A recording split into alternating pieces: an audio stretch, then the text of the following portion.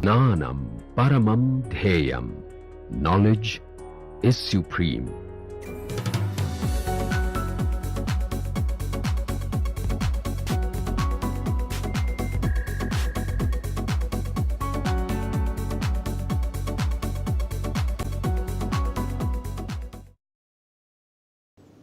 Let us continue our study of polynomials over a field, especially the zeros of the polynomial, their number, their multiplicities, etc. etc. This is in the last half we have seen that if you take a polynomial over a finite field Z mod P, a special polynomial I showed you that it can split into linear factors completely, and just from this identity we can also deduce nice formulas like Wilson formula, etc. etc.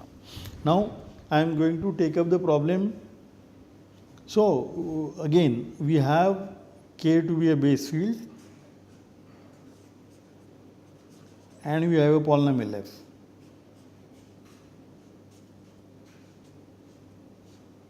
So this polynomial has the coefficients. So a0 plus a1x etc. etc.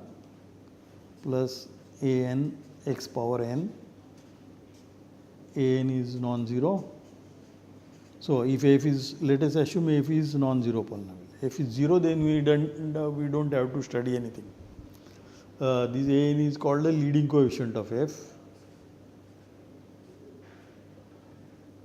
and n is called the degree of f.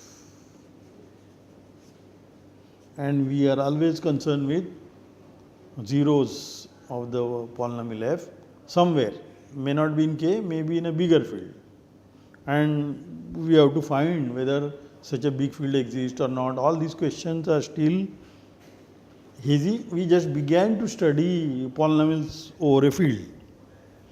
Okay, so this f also you can think as a function. F is a function. Think of it's a function from K to K.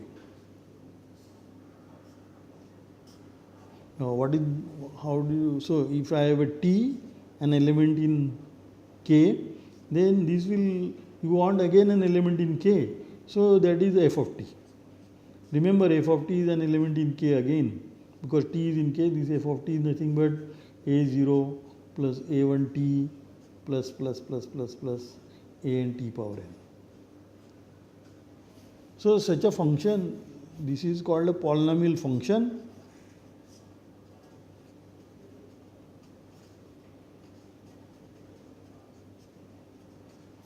Defined by the polynomial f.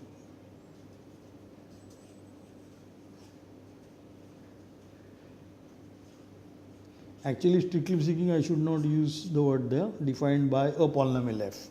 You will see in a minute. Because two different polynomials can define the same function. For example, so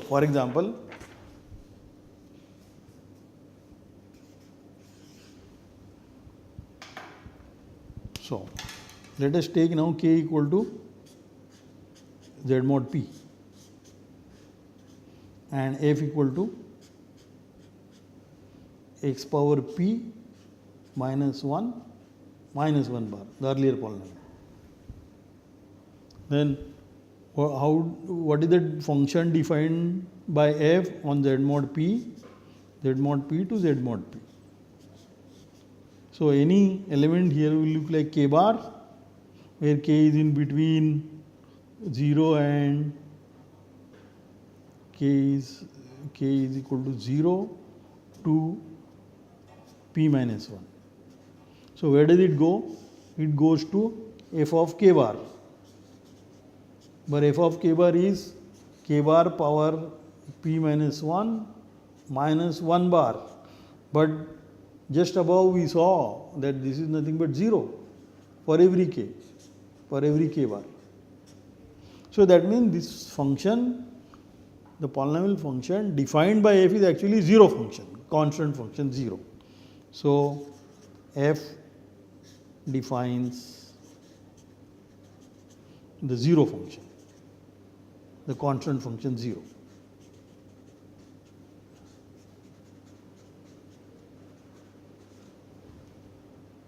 So, if I take f equal to 0 polynomial, then what is the function on Z mod p? That any k bar goes to take the polynomial and evaluate this at k bar, but 0 is a polynomial, and when you evaluate at k bar there is no x there, so therefore it goes to 0. So this is also the constant function 0.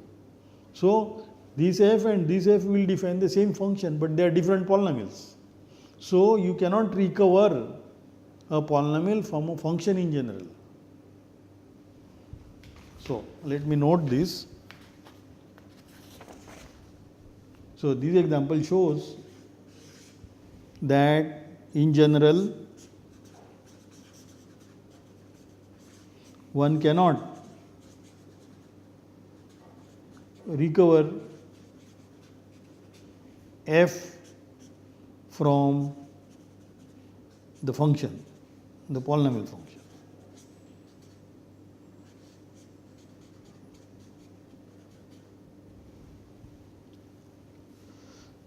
So also it is harder to see which functions are polynomial functions. When I say polynomial functions, they are functions defined by polynomials, and these polynomials are not unique, therefore the coefficients are not uniquely determined, and therefore it needs to study some more examples. So some more examples.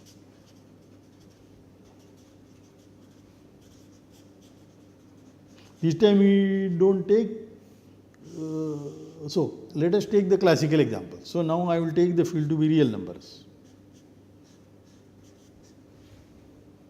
And let us take the example R to R function, t going to sin t. This is the sine function. Or you can take cos. Or another function is cos t. T goes to cos t. Or another function is t go to e power t. This is an exponential function, these are trigonometric functions. None of these functions are polynomial functions. None of these functions are polynomial functions. Why?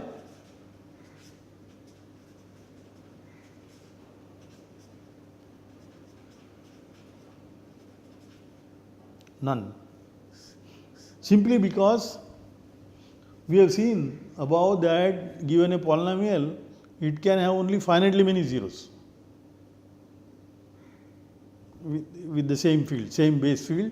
We have checked that if you are given a polynomial with coefficients in a field k, then this polynomial can have only finitely many zeros in k or in any other field, bigger field also, because this number is bounded by the degree of that polynomial. Unless it is a zero function, everybody will be 0, that is the only case. But if your polynomial is non-zero, then it can have only finitely many zeros. But these functions, you know what is the graph of sin x? So if you try to draw a graph, sin 0 is 0, at pi by 2 it is, so the graph will look like this. So every multiple of 2 pi, it will keep hitting the x-axis, right? So all these points are zeros of the sine function, and they are countably many, in fact, countable infinite. Similarly for cos, and for e power t there is no zero actually. So you still have to find a different argument for e power t, that it cannot be polynomial function. I suggest that you think about it, why does e power t is not a polynomial function? So let me just put this as an exercise, that the exponential function is not defined by a polynomial function. Okay, so you see we are trying to understand the polynomials by their zeros, etc., etc. So I want to put, therefore I want to prove a theorem which is very important theorem. Which one proves, I don't know which subject to prove this, but it should be proved in algebra or wherever. So this theorem, actually it is called identity theorem.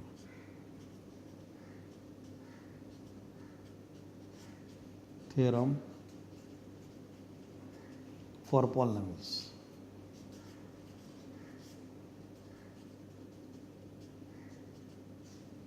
So what does it say? It says that if I have two polynomials, so let f and g be two polynomials with coefficient in the field x, k of degrees less equal to n. Both are of degree less equal to n. Suppose if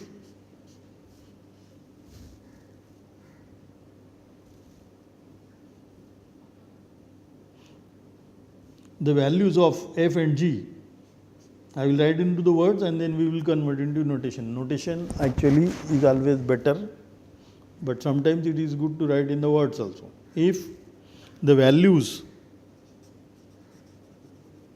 of f and g are equal at n plus 1 distinct elements in K, then f must be equal to g. And f equal to g, f equal to g means what? That is by definition the corresponding coefficients are equal. So the corresponding coefficients of f and g are equal.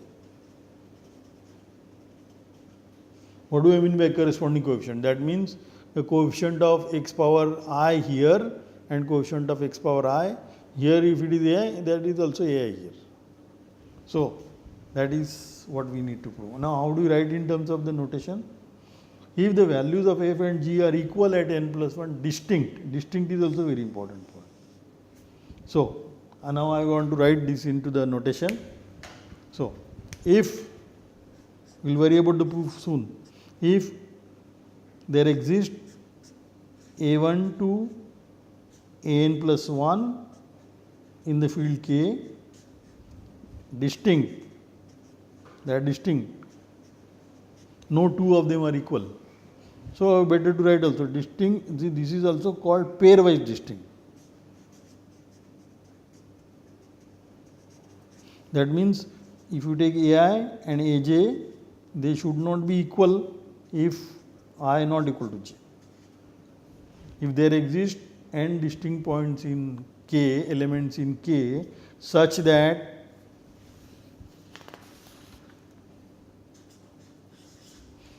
their values of f and g are equal,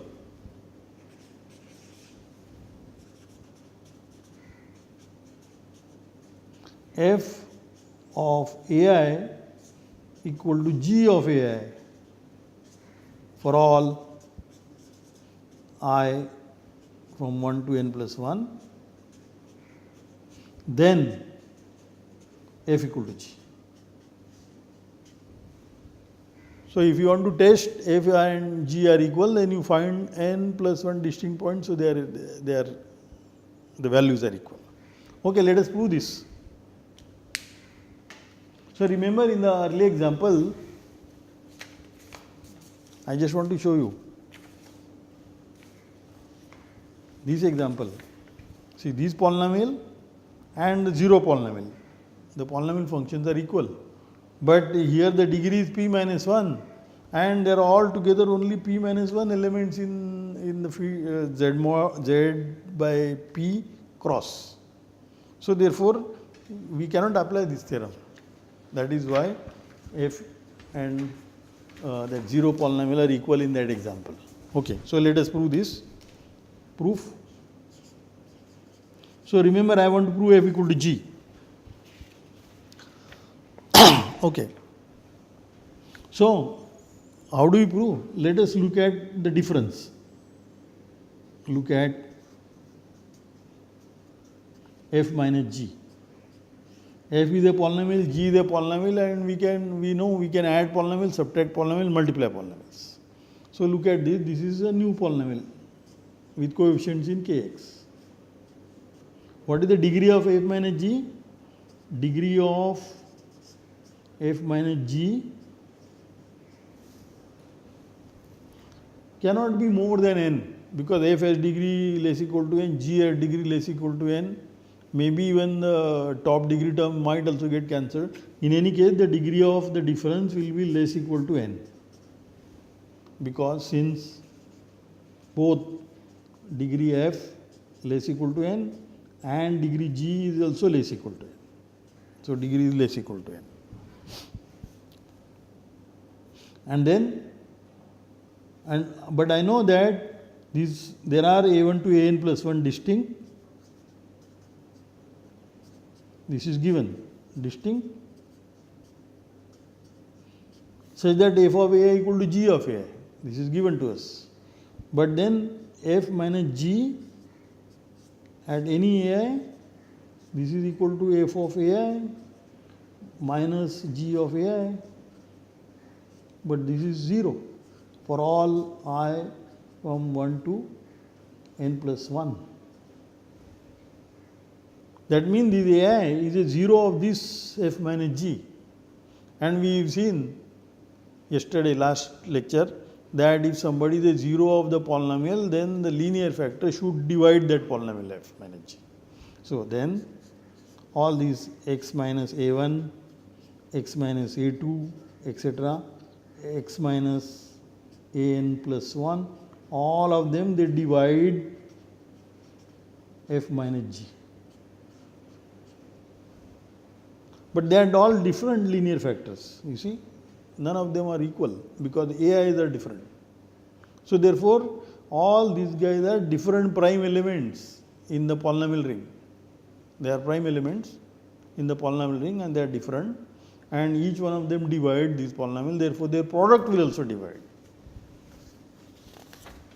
So 6. So then the product x minus a1, x minus a2, all this is x minus an plus 1, divide f minus g. But if this polynomial and divide where? In kx.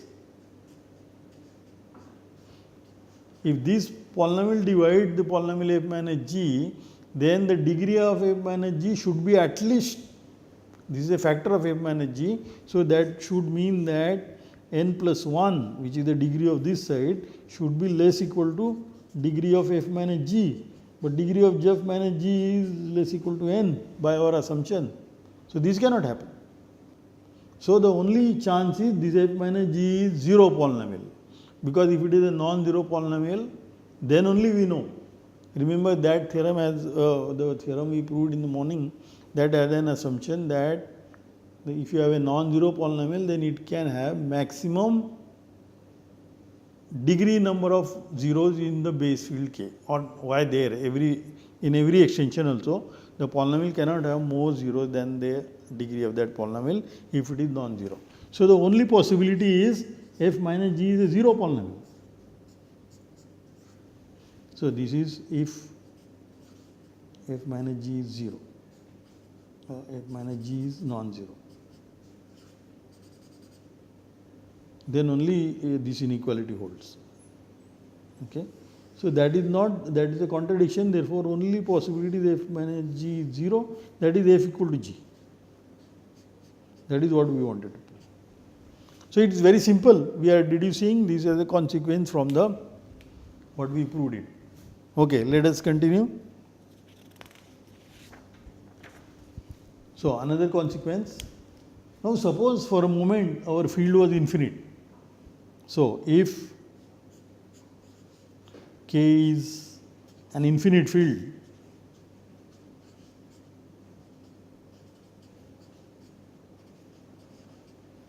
that means K, as I said, is infinite. So, for example, K equal to Q or R or C.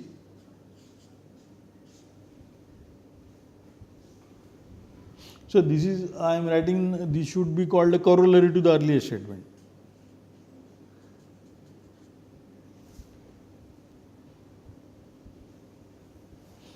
And F and G are two polynomials with coefficients in K. And suppose F is not equal to G. Then the functions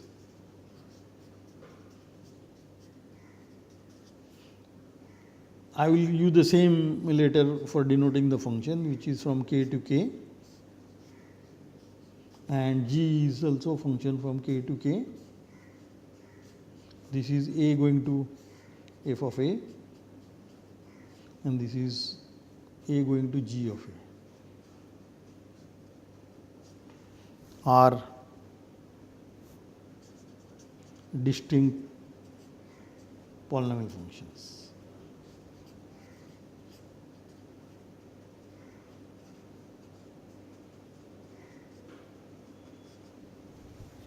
Because if they are equal functions, that means they will agree at infinitely many points. They agree at every point in K. If they are equal functions, means they agree at every point in K. But K has infinitely many points. So therefore, they agree at more than definitely degree F and degree G are finite. Degree F and degree G both are bounded by some natural number, we know it. So by earlier theorem, it will tell you F equal to G, but that is not possible. So this is because K is infinite. So over a field, over an infinite field, a polynomial function, you can identify polynomial functions as polynomials. There is no ambiguity in that. But over a finite field, one cannot do this. Okay, so now I want to analyze. So next topic I will introduce now. It will come on its own after a few minutes. So suppose I have a polynomial. Suppose there is no prime polynomial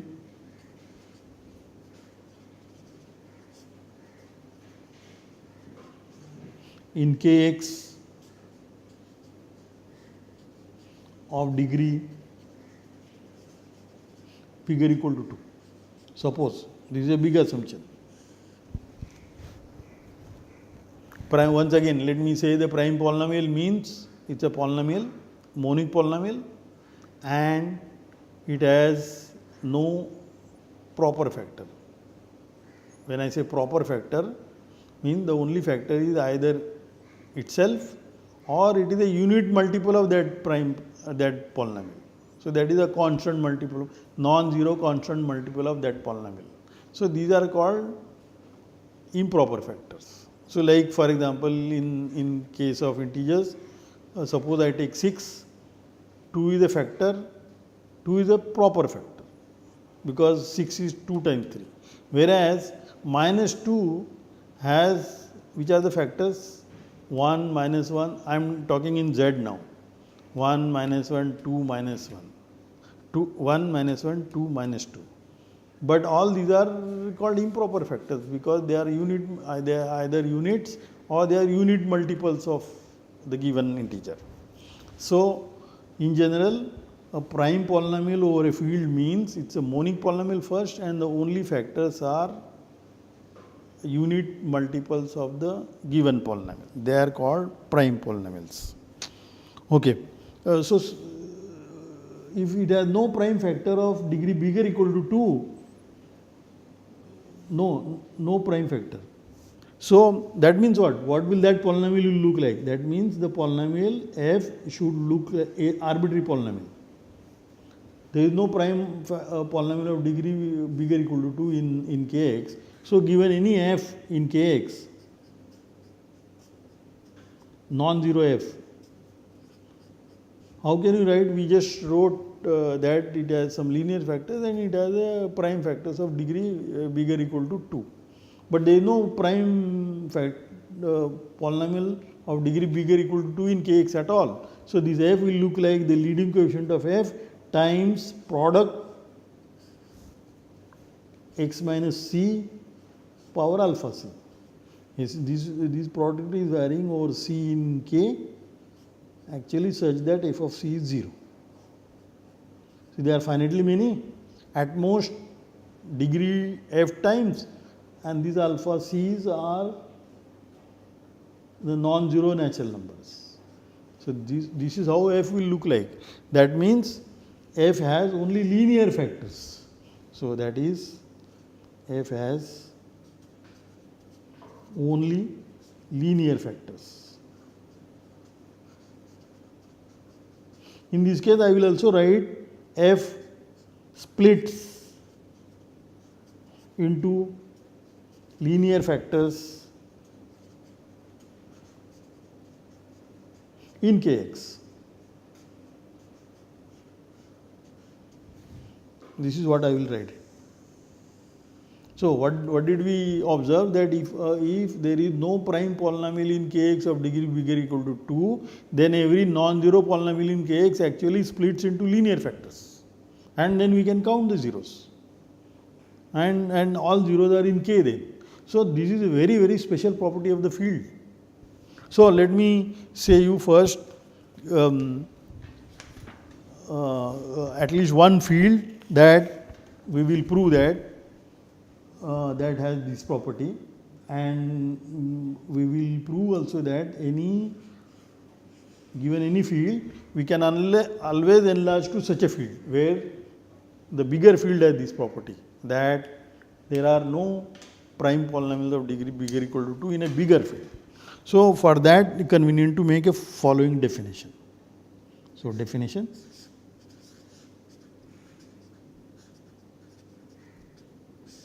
let K be a field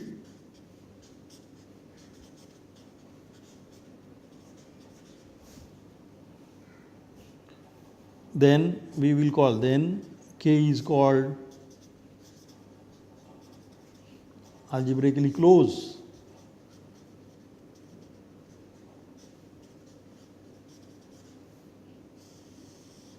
if every non-constant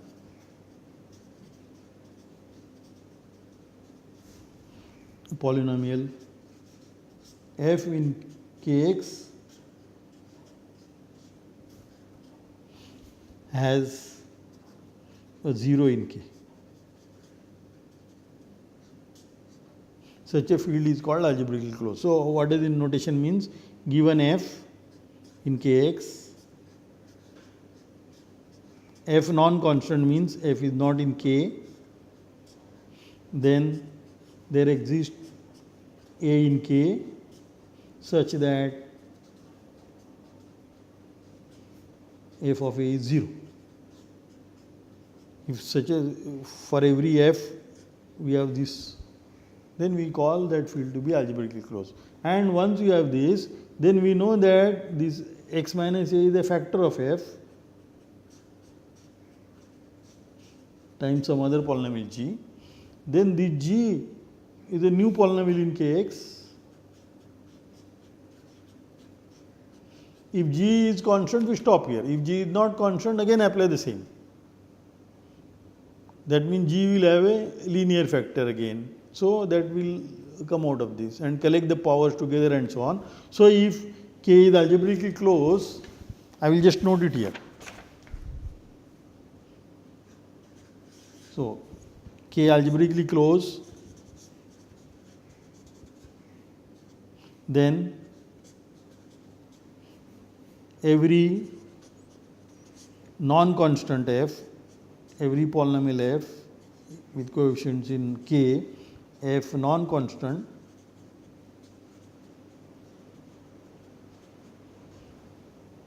splits into linear factors in Kx. So therefore, our study, if your field is algebraically closed, our study is much easier. So I will just end this discussion by stating a theorem, and which we will prove it. So first of all, examples of such fields. So this is the theorem which has a big history, and we will prove it sometime. So this theorem, this is called Gauss D'Alembert. It says the field C of complex numbers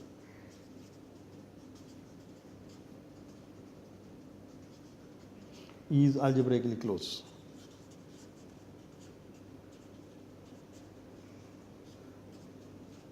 This is very, very important theorem.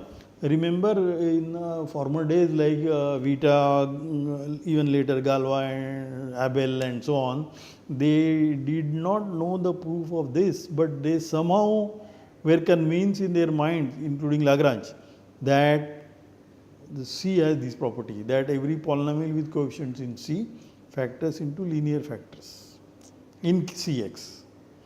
And this what was implicitly used in their discussion about polynomials, zeros, and further study Galois groups, etc., etc. This was used, and this we will prove it sometime in the coming future. So I would like to stop here and just remind you that what we have done is we have began our study of polynomials over a field K, and we want to study the zeros. For example, how many zeros the polynomial has? We have seen that the number of zeros is always bounded by the degree. This is what we proved. Also, we have also mentioned that the polynomial functions, polynomials, you can also think about polynomial functions. But in this thinking, if your field is not infinite, you may still lose some information, that two polynomials might give the same polynomial functions. But over infinite field, two distinct polynomials will define distinct polynomial functions, and so on. Now, next time also I will give some little more remarks about this theorem of Gauss and D'Alembert, and then we will continue our study of polynomials in general, and then we will also now soon start studying field extensions. Okay, so I stop here. Thank you very much.